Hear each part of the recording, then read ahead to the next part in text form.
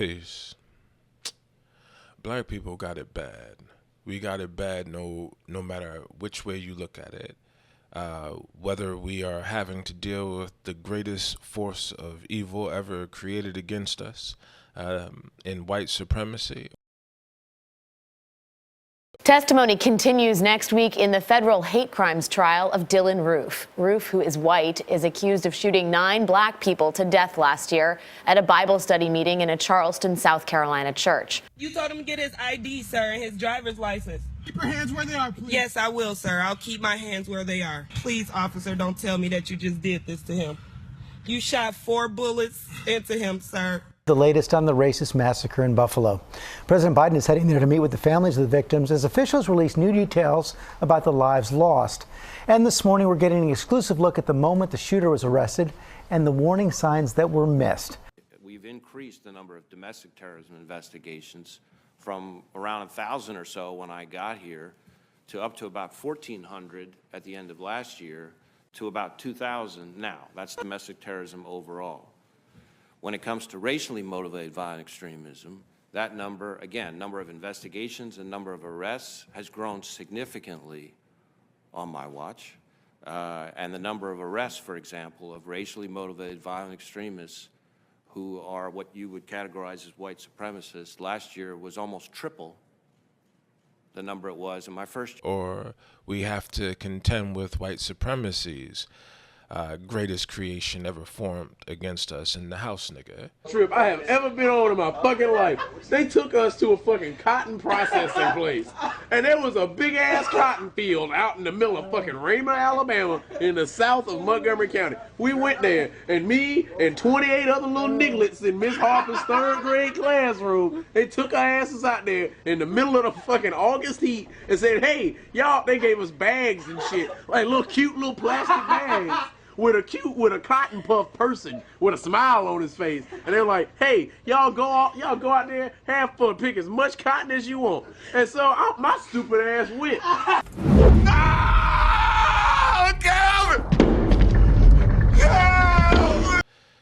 And there's a lot of people who have laid into the idea of us separating, not just from white supremacy, but also from the house, nigga. We need a new black community because the one we have now is broken, and I honestly don't think it can be fixed. The amount of black Christians, Hebrew Israelites, and black Muslims in my comment section unprovoked using both the Bible and the Quran to justify 400 plus years of systemic dehumanization, raping of women, unaliving of children, and torture under the guise of God both pisses me off and makes me sad. There is literally nothing in this world or beyond it that could ever justify that kind of treatment to any human being, let alone that coming from a divine being that's supposed to be love. This makes me realize that the unity we think we have is actually just generational trauma bonding masquerading as community, especially since we clearly have generations of bloodline who've never mentally left the plantation. They've just evolved from yes a master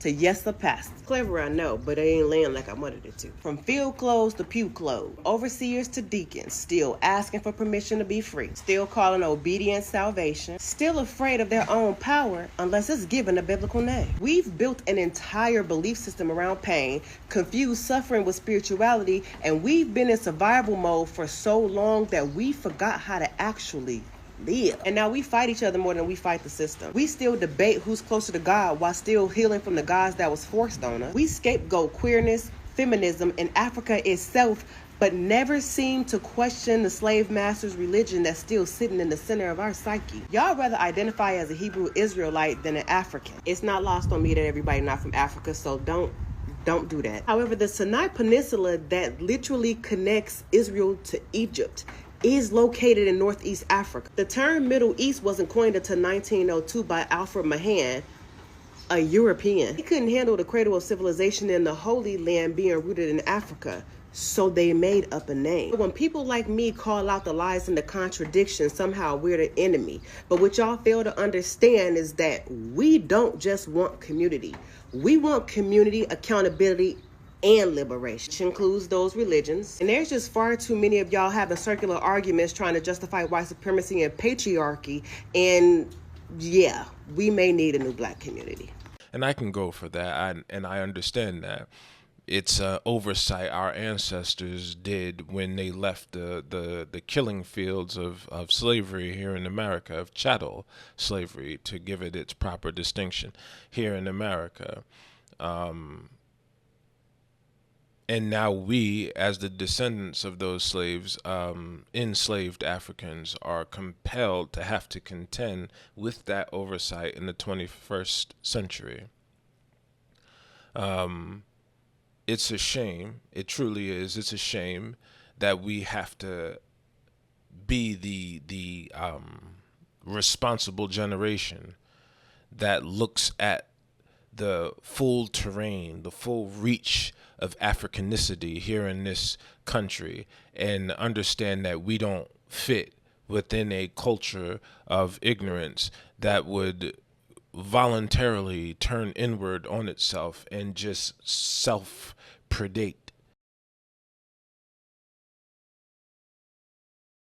Just after 4 a.m., bullets tore through Mia Edwards' home, striking her son. The home off Highway 51 in Fluker riddled with bullet holes. He was shot in his right foot. The bullet went straight out. Like, there's bullet shots all through my home on this end. And it's like, y'all could have blew his head off. He's just a child. Thank you for being here with me tonight. I'm Lorenzo Hall. Unfortunately, we tell you about this kind of senseless violence all too often. Today's shooting, this latest one, happened just before 11:30 a.m., 11:30 in the morning at 22nd Street and Alabama Avenue. Police say a car pulled up and 3 men with rifles just started shooting. A stray bullet hit 2-year-old Emily, whom you see right there, as she was walking with her daycare class. What a cutie. According to Detroit police, a group of juveniles were at a park Saturday evening about a block away from a home on Marion Avenue when an altercation occurred at that park and shots were fired, with one bullet hitting a 2-year-old child sitting outside watching fireworks with his family. We have detained 2 juveniles that fit the description of what witnesses told us. And this shooting comes at a time when there have been numerous other shootings in the Detroit area just in the past few weeks, including one incident where a 4-year-old boy was killed from gunfire at Skinner Playfield. With some heartbreaking news to share with you tonight, I wanted to show you some photos. This is 3-year-old Honesty Cheadle. She's a beautiful little girl, and after fighting for her life in the hospital, we have learned that Honesty has died. Police tell us she was shot by a stray bullet in Southeast D.C. on Saturday. She's just 3 years old. Good evening, I'm Amber Lake.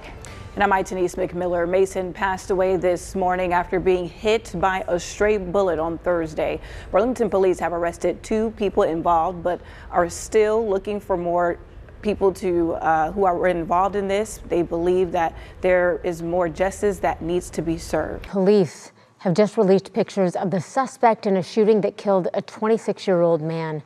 The victim, Armand Covington, was shot multiple times at a gas station early Saturday morning. So please take a look at your screen if you would. This is the suspect they're looking for.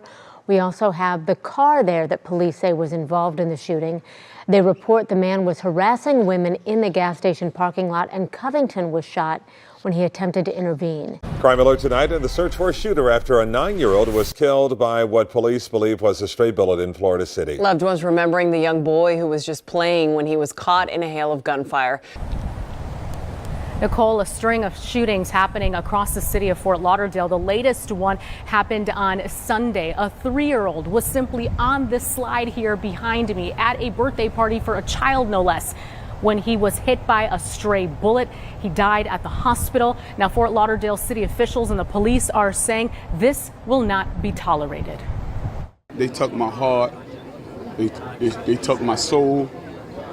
They took a lot of people's strength. Mother is getting ready to lay her only child to rest. Her son was caught in the crossfire of a shooting, losing his life at 12 years old. Jalen Gregg's funeral will be held on Saturday. He was killed June 12th in a drive-by shooting. The family told us he loved playing basketball and was playing ball when he was hit by a stray bullet. A lot of pain, but I feel blessed. Kristen McGuffey recovering at Detroit Receiving Hospital. She was shot 7 times at her home earlier this week. Her infant daughter and 5-year-old son were by her side when gunfire began. What was supposed to be a romantic getaway for a young couple getting ice cream, riding scooters through the city takes a violent, almost deadly turn. I was asleep. It was so early. I just heard like 5 shots. A woman shot in broad daylight. Like I didn't want to peek my head through the window, and then they still shooting. A couple riding scooters down Northside Drive attacked after telling a man driving by to stop catcalling at victim Miera Mansoure. It is at a level of ignorance now within the black community where it is a flex to kill one another. Not just the men, but the cowards that we have within our community. They'll kill our women. They'll blow our women's brains out for rejecting them, for not talking to them when they shoot their shot at them. Like, that's the types of persons we have to contend with here in our community. And yeah, all other communities have to deal with their own ignorant class, but not any other community in this planet, on this planet, has to deal with it like the African American, because over several hundred years of conditioning, intentional conditioning, went into creating that abomination known as a house nigga that we have to contend with as an African people, right? They created how an ethnicity works using the science of ethnicity, whether or not it was intentional or not. I know there's pushback on the doctrine of the Willie Lynch syndrome, right? Or the idea that the man even existed. And my rebuttal to that is always going to be, so what that the man didn't exist? Because I like to take the side, the argument of the opposing side. I like to do that in order to just speed line or streamline through this particular debate. So what that he maybe did not exist? The conditions that book relates literally did exist. Whether or not it was codified in the 19th century from a rearward perspective, or whether or not it was done then intentionally from a scientific perspective, history bears out the fact that everything laid out in that book actually occurred within the black community, within a 100% degree of certainty.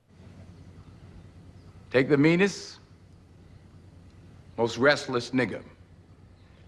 Strip him of his clothes in front of the remaining male niggas, female niggas, and nigger infants. Tar and feather him. Tie each leg to a horse facing in opposite direction, set him on fire, and beat both horses until they tear him apart in front of the male, female, and nigger infants. Bullwhip and beat the remaining nigger males within an inch of their life. Do not kill them, but put the fear of God in them, for they can be useful for future breeding. Anybody know who Willie Lynch was? Anybody? Raise your hand. No one? He was a vicious slave owner in the West Indies. The slave masters in the colony of Virginia were having trouble controlling their slaves, so they sent for Mr. Lynch to teach them his methods. The word lynching came from his last name. And because of that, we have to deal with the scientific creation using the science of the natural occurring science of ethnicity. They took that natural occurring science and they turned it inward on itself and created a subspecies of African in the effort to create a superior species of African, so they could work in their fields and feed their children and so on and so forth. In that endeavor, they also needed something, a buffer class, in order to protect them in those pursuits. And that's why they created the house nigga, much in the same way in the 21st century that they created this white supremacist terrorists that the black person, black man and woman and child in this country have to contend with nowadays. They intentionally created him too. Lyndon B. Johnson said it. He said it the best about convincing the lowest, poorest minded white man that he's better than this black man just because of the color of his skin, and you could fleece his pockets. Donald Trump knows that nowadays, 100% knows that nowadays, and he's using it to great and haphazard effect. But these elites that have always existed in this country, they create buffer classes in order to protect them in their endeavors as they fleece the entire world, not just this country or these nickel and dime minded whites and blacks and Hispanics. They're fleecing the entire globe. This devil, this cracker, Elon Musk, in his height of arrogance, said, we'll coup whoever we want to coup. Deal with it. You know, these are the types of people that need a buffer class of ignorance to protect them in their endeavors. And for as far as black people are concerned, we have to deal with this subclass of African that looks like us, moves like us, dresses like us, talks like us, but will literally look in the mirror and see an enemy. They are divorced from their Africanicity. You can find it in some of these house Negroes, and I'm not saying all of them are house Negroes, but a goddamn lot of them are. You can find it in some of these house Negroes, the descendants of some of these house Negroes, in their desire to want to create distance between them and what the mirror reflects. You have black people who look more African than I do, who will say that they're Native American, or they'll say that they're not Native American, they're the original Jew. And all of this while willfully overlooking what the mirror reflects. Willfully. That's how much self-African hatred they have. And that hatred always bewilders me because it comes from a place of ignorance. Because if you truly know what the African or knew what the African was, you would lift yourself up by your intellectual bootstraps, bro, and come to realize that you descend from one of the greatest species on this planet. The greatest. And I'm not talking about the human species. I'm talking about the African, which created all other species. That's what I'm speaking about. Or all other variations of African. Or humanity, should I say. Or sub-African. So those are the types that we have to contend with nonetheless. This intellectually, spiritually, and emotionally divorced, racked with all types of delusions, African, sub-African, in the house Negro. And the fact that these people look like us makes our job so much harder in trying to defend ourselves against them. Because you'll drop your guard to a house nigga because he looks like you. Malcolm did it. Malcolm X did it, cost him his life. Over in the heart of Africa, Patrice Lumumba did it, and it cost him his life. Back to America, Fred Hampton did it, cost him his life. Setting up Martin Luther King, a lot of people believe there were people involved in that looked a lot like Martin Luther King, cost him his life. Marcus Garvey cost him his freedom. The house Negro and a lot of people, a lot of us, because we took on the tutelage of the house Negro. Don't speak back. Never look a white man in the eye. Do this and this, that, and the other thing. Don't tell him how you feel or anything like that. All these other things, and of course dealing with the police. Always be respectful. Have your hands outside the window. Present them your ID before they even get to the car. You know, never talk back, yada, yada, yada. All these things are infected in us in order to keep us feeling subordinate in a natural way. So it's not like even the field Negro is above the house Negro. Absolutely not. In the point of reference of saying he is psychologically abused by white supremacy. That part, we all are affected with that, and we all have to intentionally dissect that. I analyze, pinpoint, and then dissect that and remove that from us.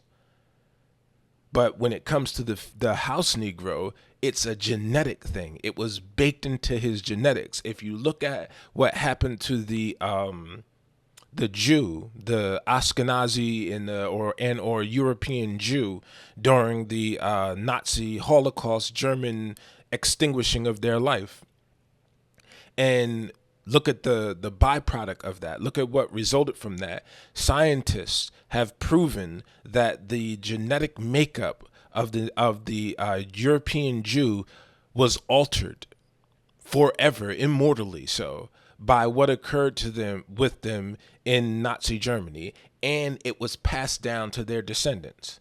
Now you tell me, with something that happened which traced over the span of less than a decade, was capable of altering the genetic makeup of a people, you tell me how much more so the genetic altering when the process occurred over nearly a millennia, the better part of 500 years. We are damaged goods, and we need to recognize that, analyze that, dissect that, and start taking on a responsibility to identify it in others. But as Black people, we have a greater responsibility of not just identifying our psychological underpinnings, our psychological trappings, if you will, but we also have to identify the house Negro. We also have to go back into history for those of us speaking about separating from these lower life forms that are committed to doing us harm, committed to it. There were many house Negroes in history who overcame that. Nat Turner was a house Negro, and he overcame it and turned on his master. So in Malcolm X at a particular, when he was Red, Detroit Red, he was a full-blown house Negro. So I'm not trying to say that the condition is without treatment. There is treatment that can be performed on the broken mind of the African in order to salvage him from his mental decay, his impoverished mind. But not only is that something that he or she must take up by themselves, but it's also something that he or she must do sincerely.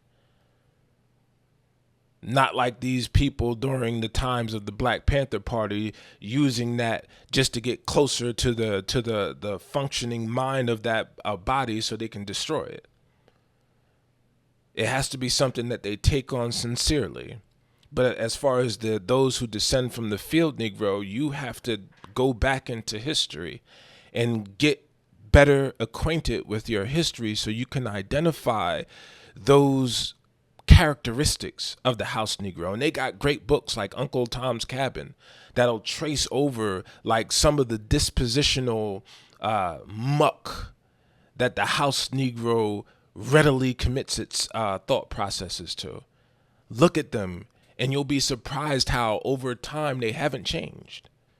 The yesa bossing and the shoe shuffling and the ha-ha and all that other stuff, like none of that stuff has changed.